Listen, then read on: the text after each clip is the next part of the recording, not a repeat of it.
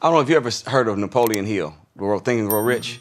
He wrote Think and Grow Rich, but he studied 500 people for 20-some years under Andrew Carnegie's funding and backing. And what he was doing, he was trying to study the habits of the leaders of all the different industries around the world. And when he studied these 500 most successful people in all fields of human endeavor, he found 16 things that were common among all of them. One of those things was what he called transmutation.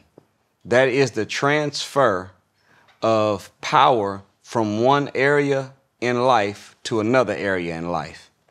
So when your brother says what he says, and we know from the outside looking in that you were born with a certain amount of talent, but it took work to hone that talent and get it to the level where it is. Mm-hmm.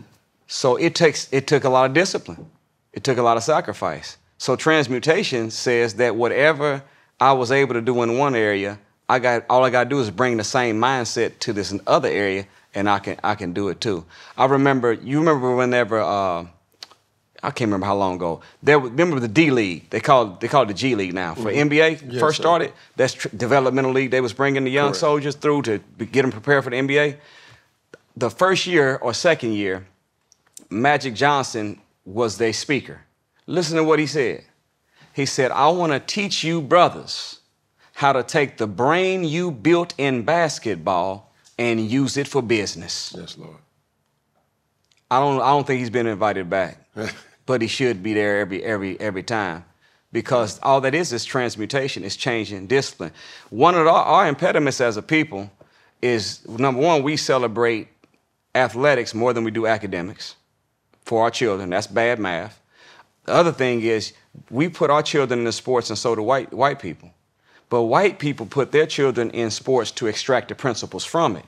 And we put our children in sports to become a professional at it. And whenever they go in and we go in, they too are in the little league. They too are in Pop Warner. They there.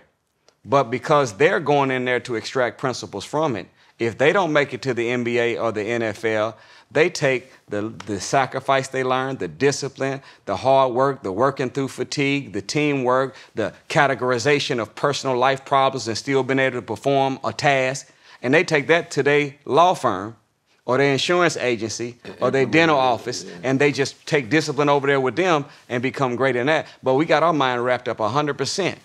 If I'm going to the league, I'm going to the league, I'm going to the league, I'm going to be in the NFL, and if it don't happen, now you got a brother with a broken spirit. Right now, Brother Cam, there's 500,000 black boys playing high school basketball. Only 17,000 of them will actually make it to college to play basketball. On a scholarship. And on a scholarship. And out of them 17,000, only 44 of them will make it to the NBA.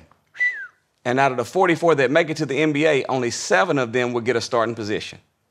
And the average career of the one that did get a starting position is only 5 to 7 years. So there's 500,000 black boys competing for 7 full-time jobs that ain't gonna last for 7 years. It's heavy. I don't know, that's bass awkward. You ain't catch that. Bass awkward. It's messed up. Yeah.